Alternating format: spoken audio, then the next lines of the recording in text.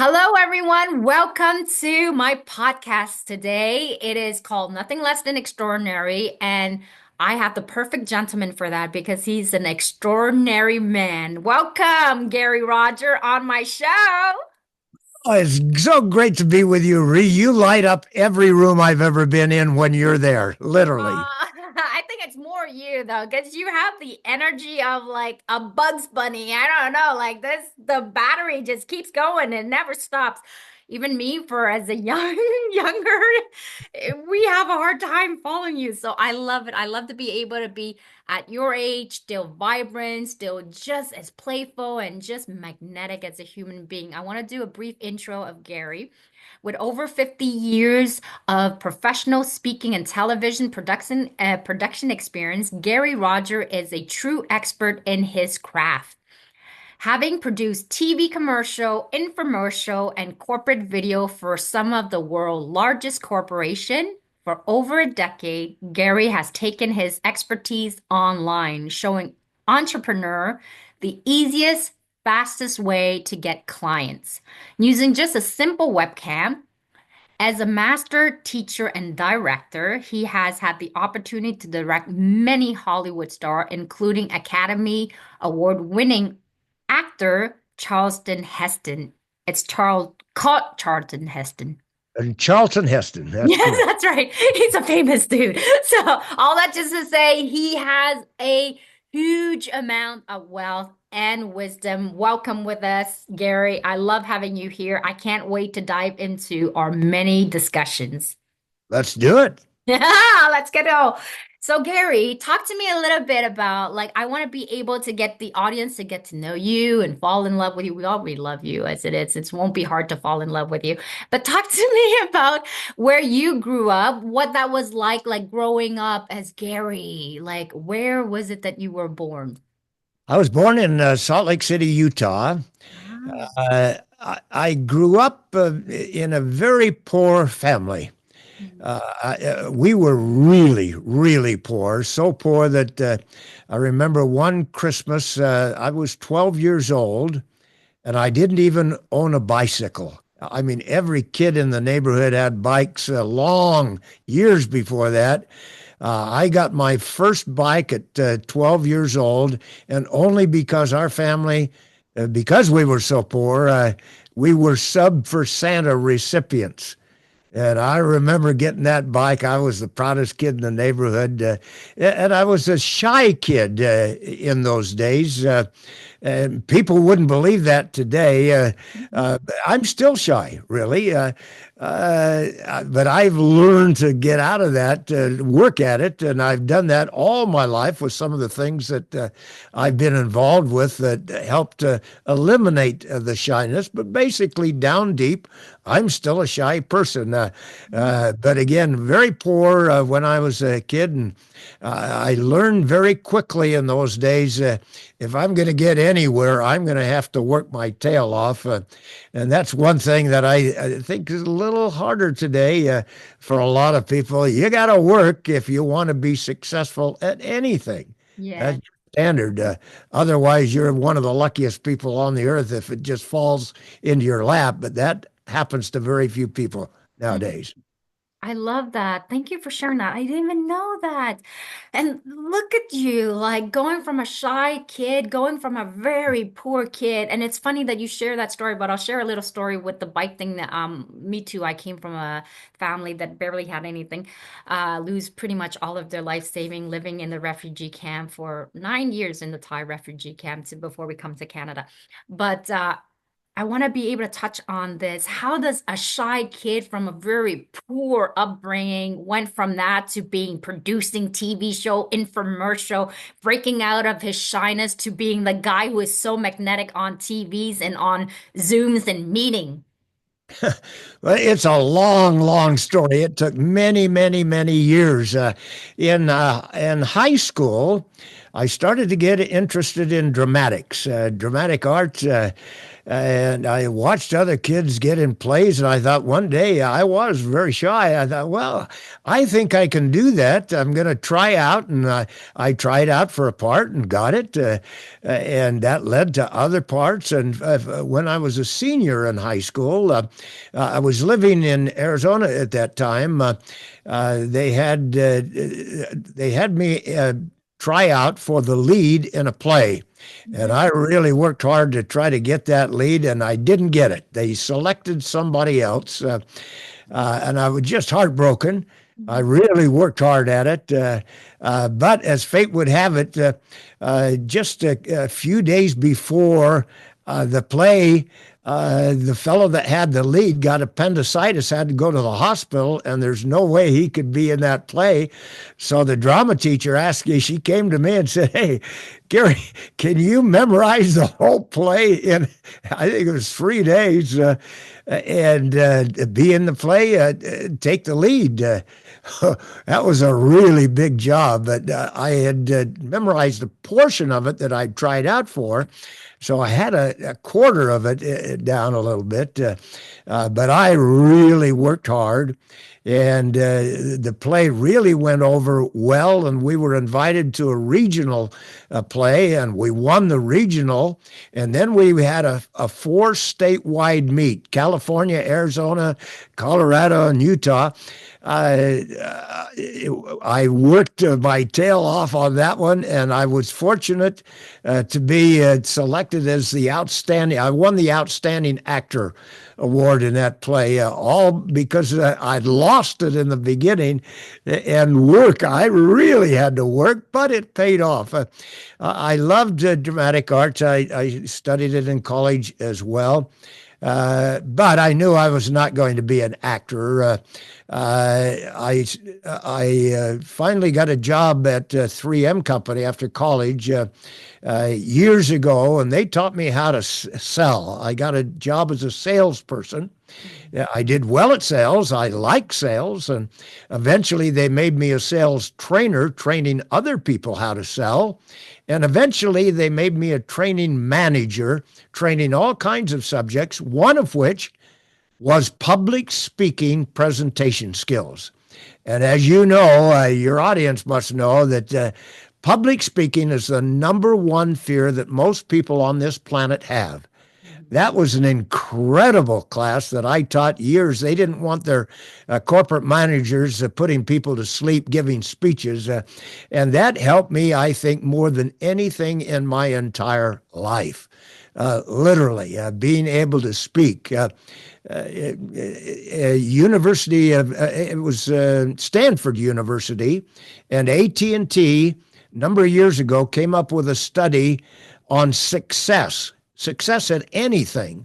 And they found that the number one key to success, again, at anything, is being able to speak well in front of other people. Hmm. I love that. And it makes sense. It is true. It's so magnetic. Look, you're the living example of it. I'm writing down notes. And I want to be able to touch upon this because you mentioned with regards to hard work. Look at you. You went from wanting this role and you worked so, so hard, how sometimes life really tests you how bad you really want it. And then, oh, 3 days before the other kid was actually ill and you're being asked to actually do this. How preparation meets opportunity. It does. Well, I mean, you mentioned Charlton Heston. Yeah. Uh, Many years after working with 3M Company, I started my own television production Hmm. company. Hmm. For many, many years, all I did was produce my company, produced television commercials, infomercials, and corporate videos, eventually for some of the greatest companies in the world. My clients included AT&T, Motorola, Mitsubishi, Coldwell Banker, Procter and Gamble. I could go on and on and on.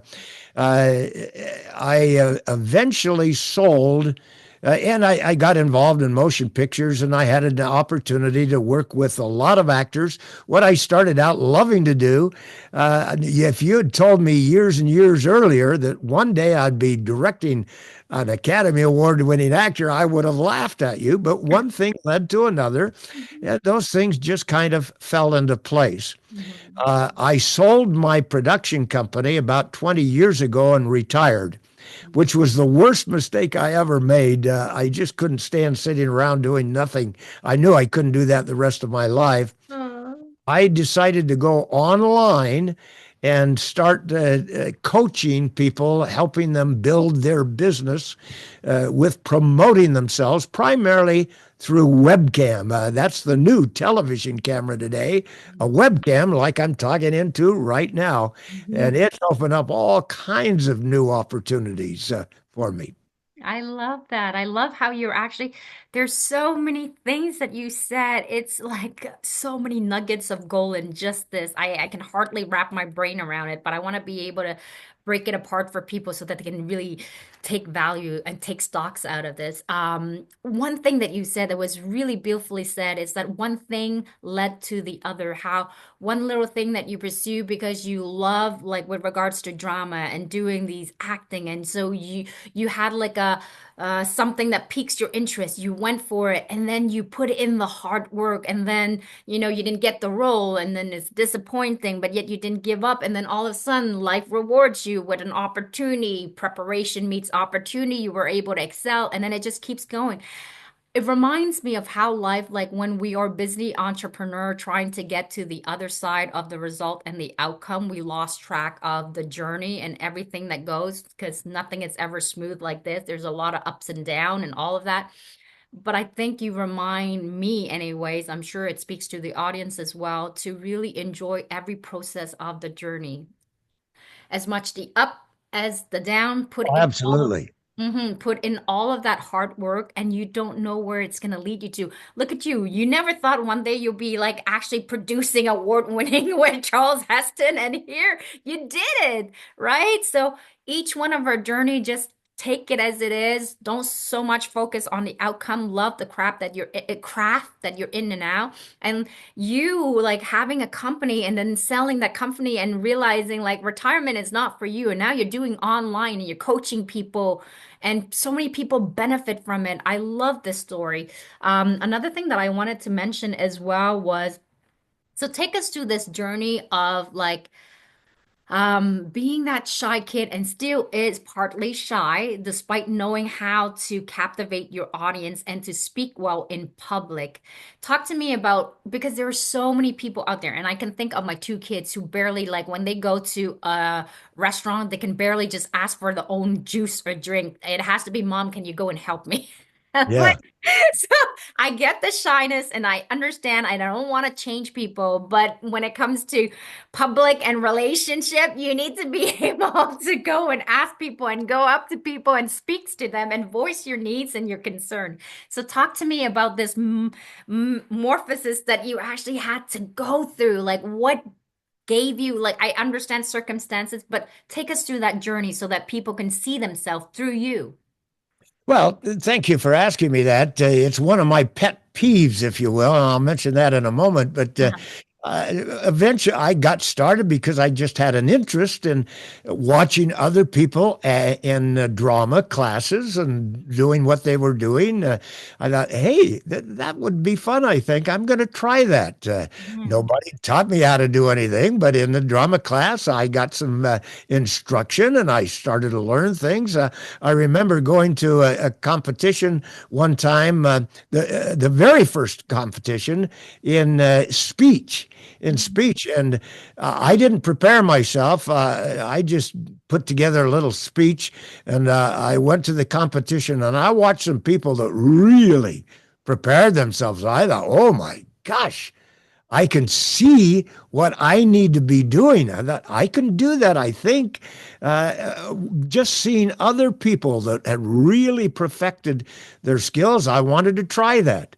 And the best way to learn anything is by making mistakes. And we all make mistakes, and we try to remember those mistakes and try to avoid making them in the future. And I've made every mistake in the book, I think, but that's the way that you learn.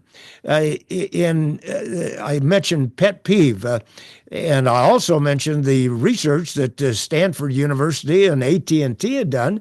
Number one key to success in anything is public speaking. Yet it's the greatest fear that most people have in the entire world. In my country, I'm in the United States. In my country, uh, you can graduate from almost any high school and any college with a degree without being required to take a speech class. To me, that's almost criminal Mm, because we are all in the worst fear in the world, public speaking, and it's mhm, holding so many people back, yet it's not taught in our school system. I mhm. just don't understand that, never will. Fortunately, I had some great teachers and help. And if it hadn't have been for that, I'd still be a little teeny shy kid, afraid to get out of my shell and try something new. And that's what life is all about, just learning and ups and downs. We all have those. That's just part of life. Yeah. Literally, so many people just crawl into a shell, don't get out. Fortunately, today I'm online. Online, online coaching is the second fastest growing industry in the world. Mhm. And one of the reasons for that is this little webcam that I'm pointing into right now. Anybody can talk to anybody in the world that has a webcam and build a business. Mhm. Uh, Yet, the one thing that holds most people back is the fact they've got to get in front of people on a webcam and talk to them. And that's a shame. Yeah, I love that. It's a very, very powerful in everything that you said. So something that you said here that really captured that I picked up on was your environment. You were actually and there's two questions that I'm going to ask. One is before I forget, is that one, do you think for shy people is drama like a good way? Because I had thought about my own kids who are super shy, wanting to put them in drama because then they can pretend to be somebody. And Yeah. sometimes pretending to be somebody gives you a level of confidence. I actually watched this movie. I don't know what it's called, but it's the psychology of when you pretend to be something, eventually it becomes second nature to you Yes. and you embody that person. So it's almost like opening up opportunity in your head to imagine other possibility, other options. So that's very interesting. So I'll ask that. But what I really noticed was your environment. When you said you were actually going for the speech, not really prepared, and then you see somebody working their butt off, like giving this best speech ever, and you're like, I think I could do that. What it did was it triggered the environment that you were in was actually opening the gate to like other options and other possibility. That's why it's so important when they say, tell me who your friends are, and I would tell you who you are, because the people that you surround, the environment that you're in, really does has a major impact on your life path and the career. Would you agree? Oh, absolutely, without any question. You mentioned earlier people pretending to be somebody else. Charlton Heston brought that up when I met with him. He was brought up in Michigan, and he had an early desire to act. He enjoyed it. He pretended to be other people, and he's pretended to be Moses and Judah Ben-Hur and Michelangelo, and I mean, some of the greatest people in the world he's pretended to be. And he said, that really made me grow. I could feel what they felt, and I tried to react. But many actors, famous actors like Warren Beatty, who was an Academy Award winning actor, even Clint Eastwood. But Warren Beatty, I'll go back to him. He is so shy. He would used to get on talk shows. Johnny Carson, he went crazy. He said, he won't talk to you. He just clams up. They couldn't get him to talk.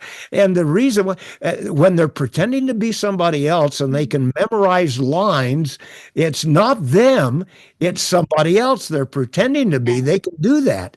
Yeah. But if you ask them to become themselves, oh, oh, that's scary. That's scary. And there's a lot of actors in Hollywood, famous people, Yes. that in person, they're very shy. They're Mm-hmm. very shy. You'd never believe that. Mm-hmm. When they read the lines or memorize the lines and pretend to be somebody else, all of a sudden they come out of their shell.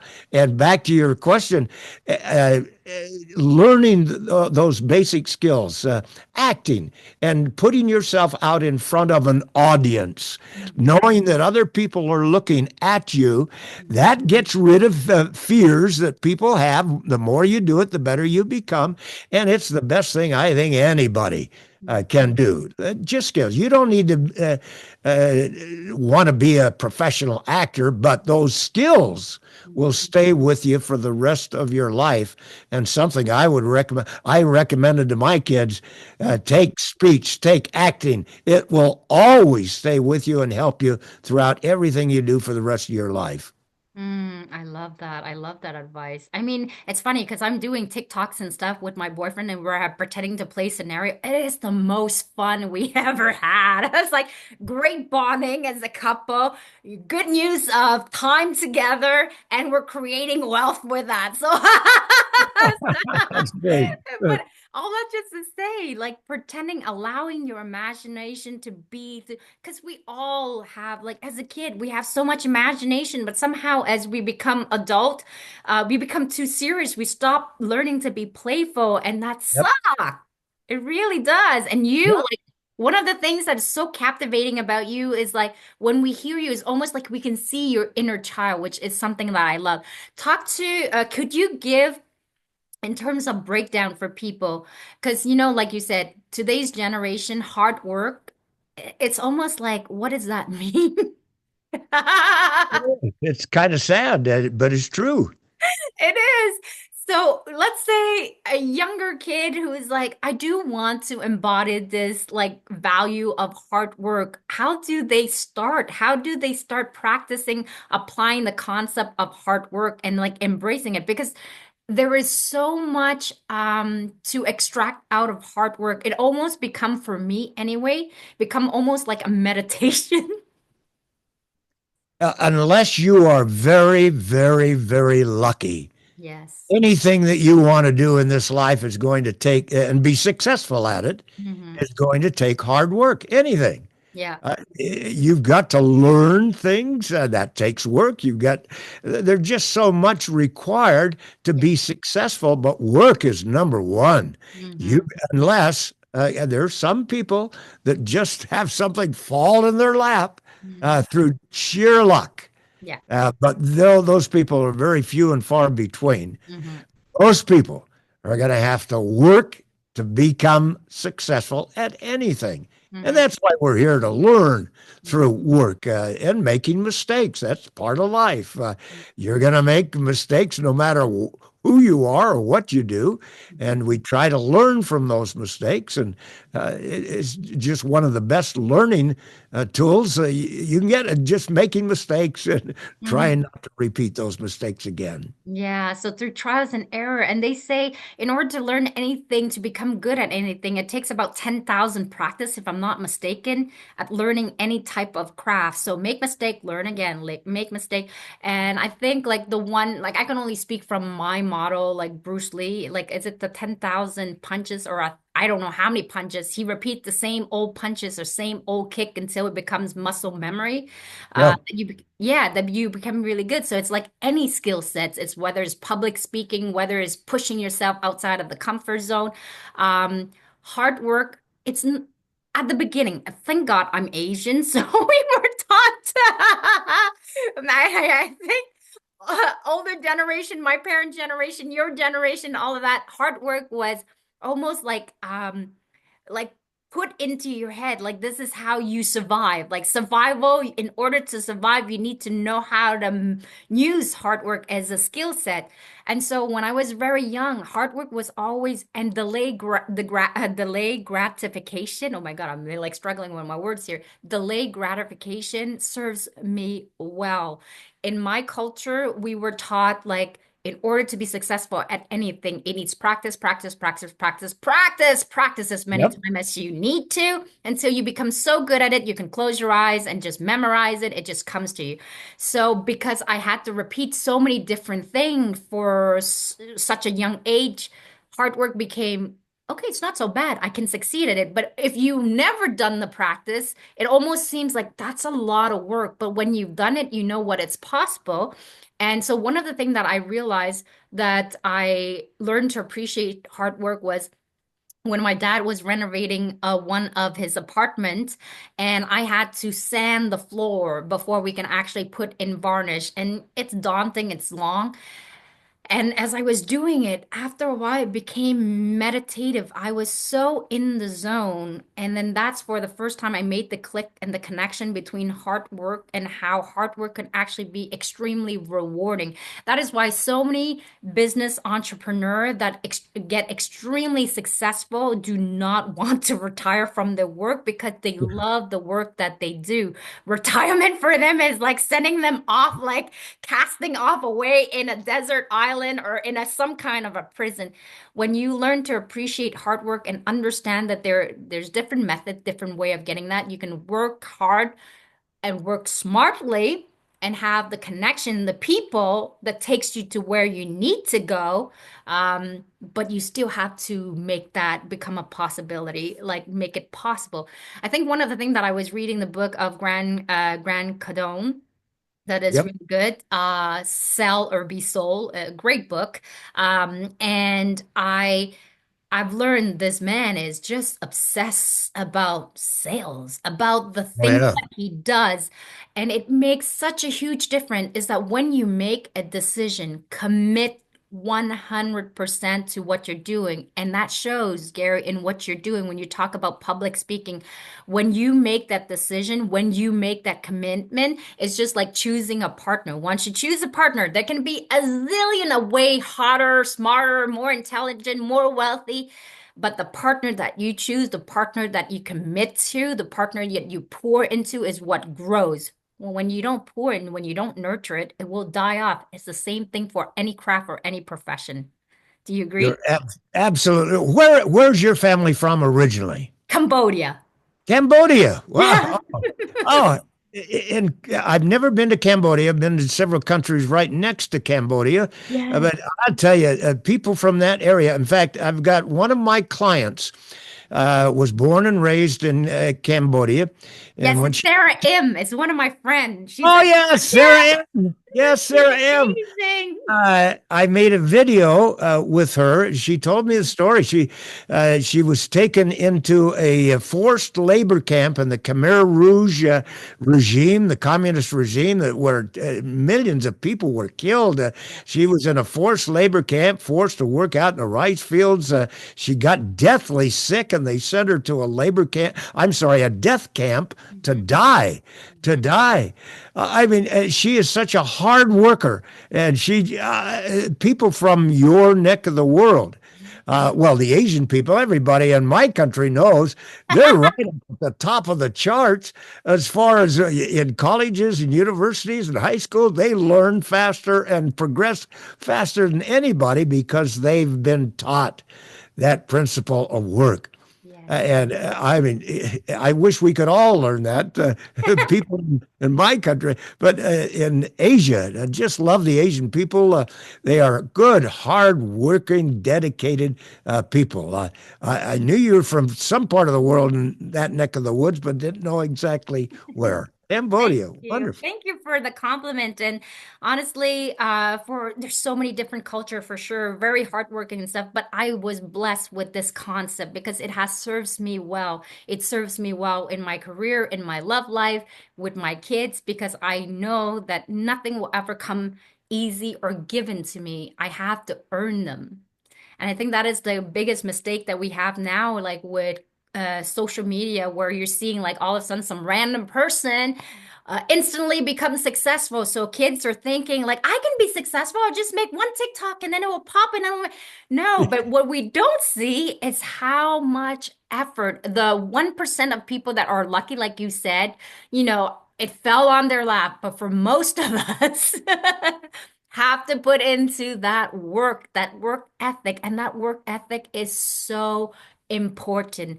Patience and delayed gratification and being able to see a long-term goal and vision is also very important because we need to feel like, we did hard, like good work, pat ourselves on the back. But thank God I've learned that the delay the gratification in my schooling because they don't have a lot of means. So you can be like the number one best student and you only get like a present at the end of the year. So you would have to wait a long time before you can actually get that gift. Nowadays, like they do little, they barely win anything, and we're all giving award every single time. I'm like, what are we teaching our kids, you know? Well, I remember when I started working with 3M Company almost 60 years ago Mm-hmm. as a salesman. The boss called several of the brand new salespeople in to start training them. And he made the statement 6 months from now, most of you won't be here. And that really caught our attention immediately. He said, you're working for 3M Company, a multi-billion-dollar worldwide company. He said, however, 80% of all the business brought in by 3M Company is brought in by only 20% of the sales force. That means 80% of the sales force is out there failing. Mm-hmm. And he said, that's standard in any company in this country. It's the 80-20 rule. Mm-hmm. 80% is brought in by only 20% of the sales force. That means most people are out there just failing and struggling. And it's true today in my own industry. I mentioned that online coaching, which is what I do today online coaching is the second fastest growing industry in the world. Today, anybody with any kind of experience, knowledge, or expertise in a marketable field Mm-hmm. can get on an internet with a webcam and be successful if they work at it. Mm-hmm. But they find out very quickly, oh my gosh, this takes a lot of work. I see people every day that are passionate about what they want to do, but they're not willing to do the basic steps that will bring them success if they follow basic principles. And that's really sad. It breaks my heart. You can take a horse to water, lead a horse to water, but you can't make them drink. And it's the same thing with people. It just breaks my heart to see people that really want something, but they're not willing to pay the price to achieve success in a given field that's really open to just about anybody out there. Mm-hmm, mm-hmm. It really is heartbreaking. You brought up something in me that I realized, and as I'm morphing, as I'm learning, as I'm growing in my business, I've learned something. Like a lot of us chase after money. What are we chasing after money for? We're chasing really truly the freedom, and for to buy back our time, truly, Yep. right?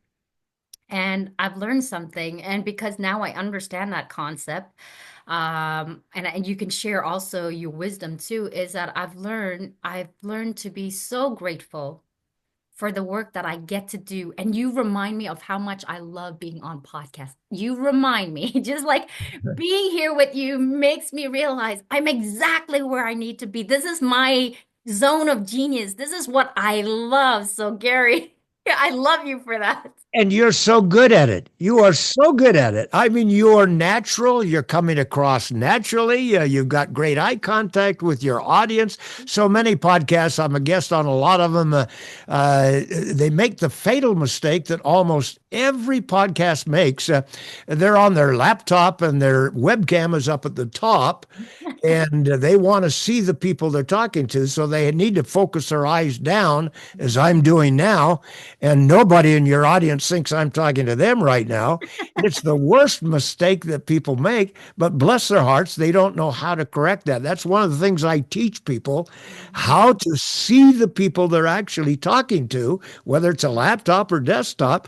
doesn't matter, but there's a secret to being able to see those people and have them feel like you're looking straight into their eyes. It makes all the difference in the world. But just little things that you need to learn. That's something I had to learn years ago. Yeah. But it's so fun to learn new things. And we've Mhm. got a world today where if you had told me when I was selling years and years ago, there was no such thing as an internet, that was years down the road, that the day would come when I could get on a little teeny webcam and talk to you. Uh, where are you today? I'm in What city? Montreal, Canada. Montreal, Canada. Well, you're a whole nation away from me, a different country away from me, and it's like you're sitting right here in my office. Mhm. And Mhm. if you told me that day would come, I'd thought you were on some kind of hallucinatory drug. But here we are. Here we are. And it's just marvelous. Anybody can build a business with a little webcam if they follow certain principles and have something that's marketable. It's just amazing. It really is. And honestly, I have to say a huge shout out to Gary. I attended your training, Gary. You are fantastic. You are so good. So definitely, like, we're going to talk a little bit more of what Gary's has going on in terms of program, but he's so good at it. And he teaches with so much love and so much passion in his community as well. Like, I love, love, love Gary. Anyway, so we'll talk a little Thank you. bit more about that. But I do want to mention this, like, what would be like if you had to give like a word of advice to your younger self, three lessons that you learn over time that you could pass on to your younger version that didn't know that they can lead a better life, a better relationship with themselves or a relationship in their business or whatever? What would that be, Gary? Well, we've been talking a lot about work, and it's a principle that I learned a long, long time ago. This life is hard. Hmm. This life, as you mentioned earlier, has a lot of ups and downs. And those are things that'll be valuable to you. Hmm. As you learn, you're going to learn from your mistakes. Hmm. You're going to have disappointments. I mean, I was crushed when I didn't get that leading role. I had worked hard for it, and I thought I was going to get it. But my teacher thought there was somebody else that was better than I am. And that's going to happen many times in your life. You won't get the job promotion or whatever. You got to be prepared for setbacks. They're going to happen, and learn from them. What do I need to do better next time so that I can get the promotion or can get the part or whatever you're seeking? It's not going to fall into your lap. For most people, you're going to have to work at it. And I go back to that principle. It's the biggest thing that I think anybody needs to learn is the value of work and overcoming disappointment and discouragement and setbacks. Today we hear about anxiety so much. It's just a key word. Uh, Everybody's going to have anxiety. That's just part of life. But today it just seems like it's the end of the world. I can't function anymore. I've got anxiety. Hmm. I don't quite Anxiety understand. could actually be a healthy thing. We It all can have be. a little bit of anxiety, and that is a good motivator. It really depends, you know? Absolutely. That's very good. I love that. I think if one thing that I've learned recently is I don't say that life is difficult. I don't say life is difficult. I understand and I accept whatever reality that you have, the more you fight, the more you resist it, the harder it is for you. So I've learned to accept my reality. So I like to say each person is different. I don't really get hooked on wording. It's whatever worked for you. So I don't say that life is hard. I just understand that life is full of its ups and downs and it has its moment. That's what makes it colorful and that makes me enjoy and appreciate all of the things that I have. When you go through your down moment, when you really hit the rock bottom, that's how you learn to appreciate all of the beautiful thing that comes after. But when you haven't hit the rock bottom, the things that are giving to you freely, it means nothing. Like, you know, like as there are like I look at my kids with the toys concept, for example. I used to be a kid where we don't have toys, like what you were saying about the bicycle. We never had that. I don't have any toys. My toys were playing with beer cap. Like we have to work at it, banging the beer cap and making holes out of them to make a spinning thing and like really play with that or playing with a piece of wood. We would actually have to go into the wood, find a piece of block, cut them off, really shape them and make it into a toy. And we had such a blast because we had to use our imagination. We had to use our creativity. We had to use the skill set that we had. When you work hard for something, you appreciate it more. I look at today, I can only talk for my kids, but I look at my kids today. They're inundated with a whole bunch of toys. They play with it for a couple of seconds. I waste so much money and off they go. They Yep. don't even On care. to the next one. Yeah, they move on to the next one. What's next? I'm like, what? Like where I come from, I have like three toys that I had to work on for so hard, and I play with that for years. So all that just to say, I learned that I don't say that life is hard. I just say it is what it is with regards to life. I love it as a rainbow because it's full of different color. It makes me appreciate and be more grateful on this journey of life. My biggest focus is I think about the movie of what's it called? Is it La Vie en Rose? Oh my God, I forgot. It's like life it's full, it's like a game, right? I see life as kind of like this beautiful game that I have to go through different journey and upgrade and transformations and pain. And I only think about every single day the fact that I get to hear, be speaking with Gary with so much wisdom, so much thing to pass on. I am so blessed that our path cross each other and we get to share our wisdom, our knowledge, our expertise to the audience here. I get to work so hard. Like there are days when I'm exhausted and tired. By Friday, I'm knocked out. I'm like off I go on the bed. It's 7:30 and I'm gone. The kids be like, "Mom, mom." No, she's not there anymore. But I I've got to say that you are so good at what you do. I'm on the internet constantly. I see you quite often on different events, yeah. and you stand out. You stand out unlike all of the other people there. You've learned some secrets. I mean, you literally, your smile lights up the whole room. Oh. You're outgoing. You stand out. You attract attention. And that's something that anybody can do. Mm-hmm. Literally, if they work at it, if they just hide in a shell. I had to come out of my shell many years ago, but it's something that everybody needs to put themselves out there and face some fear, like public speaking, the number one fear. If you're willing to face that, Mm-hmm. anybody can become a speaker, a good speaker, if they just work at it. And Mm-hmm. it's number one in creating attention and getting better jobs and promotions and whatnot. Just learning how to speak. Yeah. That's something that little babies start to learn, and but we don't really carry it on, and that's sad. Just so many people are held back from their own fear and shyness. I'm talking to myself now. And I love that you said that. And this we can actually maybe share your secret because I don't know what the secret I've learned. I've learned this. I understand that because I learned my zone of genius. I learned there are certain things that I'm much better at that it takes less effort for me to do. And being around people that are magnetic and just energizing feeds my energy. That's what I'm feeding off. I'm feeding off your energy. So I get to radiate and it makes me happy to see you wanting to share and make an impact.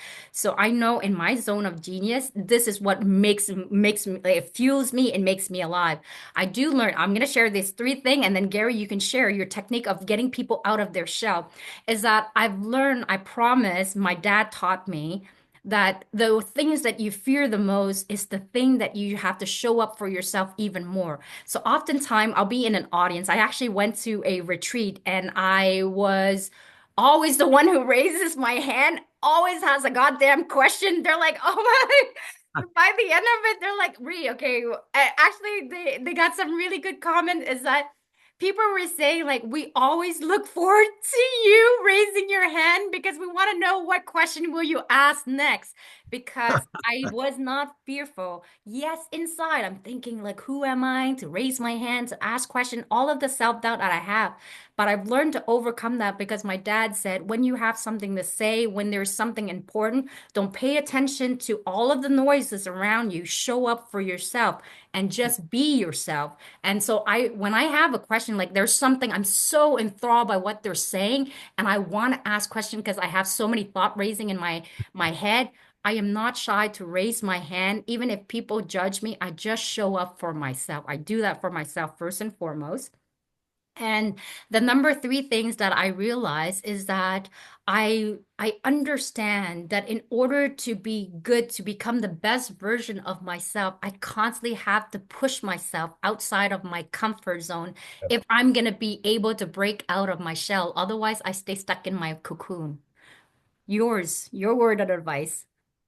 Well, the key is just breaking out and taking the risk, Yeah. if you will. Hmm. Taking the risk of public speaking. We've been talking a lot about that. Number one fear, but it's never killed anybody that I'm aware of. Literally, they die of fright in their minds.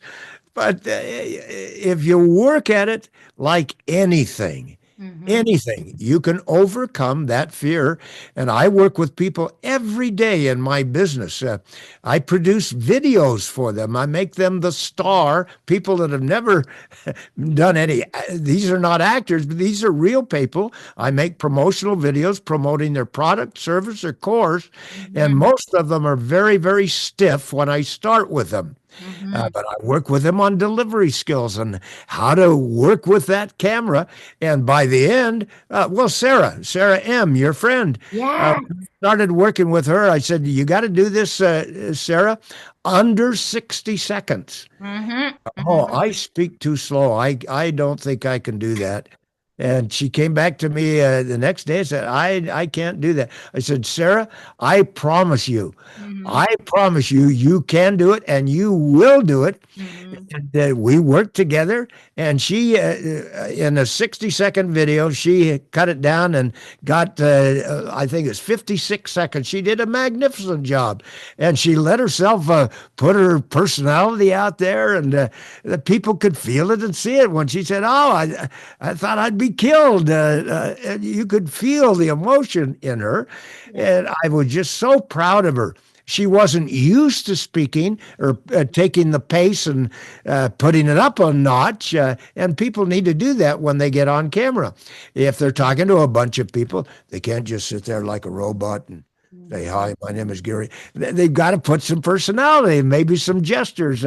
They've got to be natural. And anybody can do that, but they get in front of a camera and, oh my, they become a robot.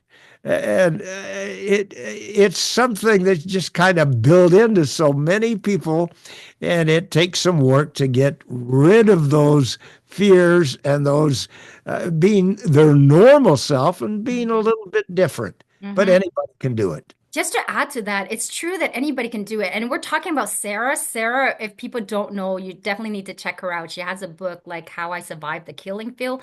Yeah. Sarah is a person who don't speak at all. She has a podcast with her co-host, and it's Lee that does most of the talking. Sarah is when she talks, she's extremely wise. The things she says that comes out of her mouth is super powerful, but her preference is to not talk. She just barely speaks and she takes her time. So, Gary, I seen her video. You did a fantastic job. Phenomenal. I didn't even recognize Sarah. I was like, is that really Sarah? So, hands down for you. You did an amazing job. If Sarah, who is super quiet, super shy, is able to go through this and do it in less than 60 seconds, which I struggle with, less than 60 seconds, and she did an amazing job. He's very good at it. I want to add something into what you were saying just before is that when you were saying about people with anybody can do it and you're not gonna die from it.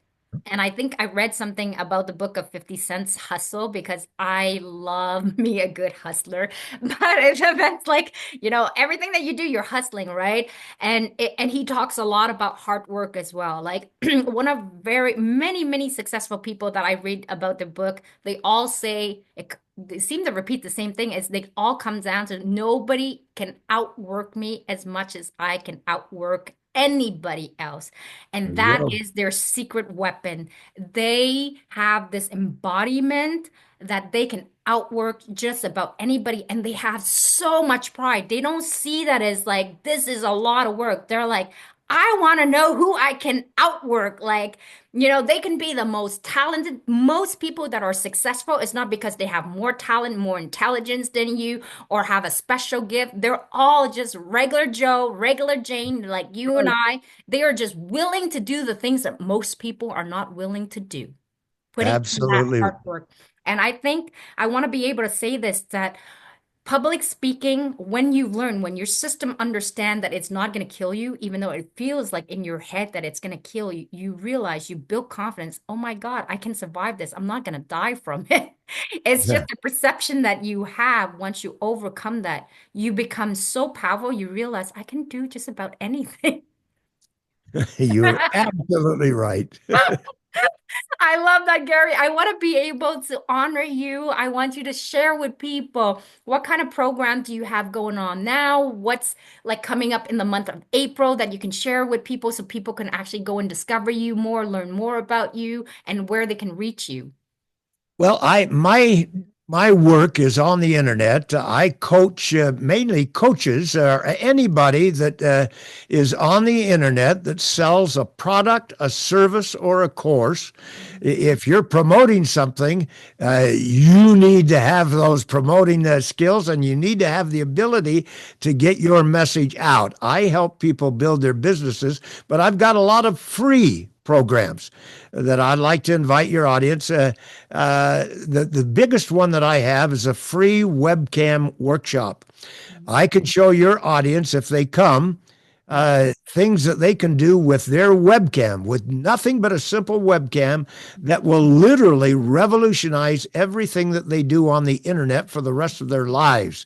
They'll learn things that they just wouldn't believe, literally just simple things most people completely overlook. In fact, let me see if I can find it here. There it is. I just put a URL up on the screen.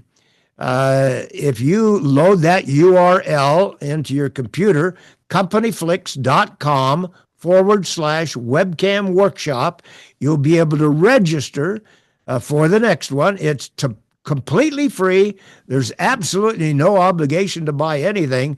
But if you're using a webcam for anything, this will greatly help you. And it'll give us a chance to get to know each other and have some fun. There are other people in the workshop, and you'll learn from them as well. But that's the one I would encourage your people to get involved with the free webcam workshop.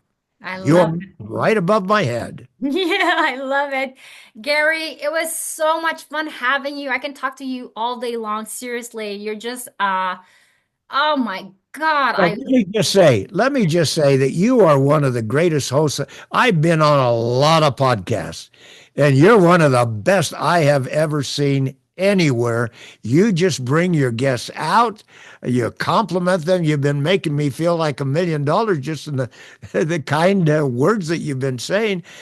You are live, you're passionate, you are just as good a host as I've ever seen. Oh, that means a lot coming from you. I doubt that I'm that good, but that means You are. so much. That means so much to me.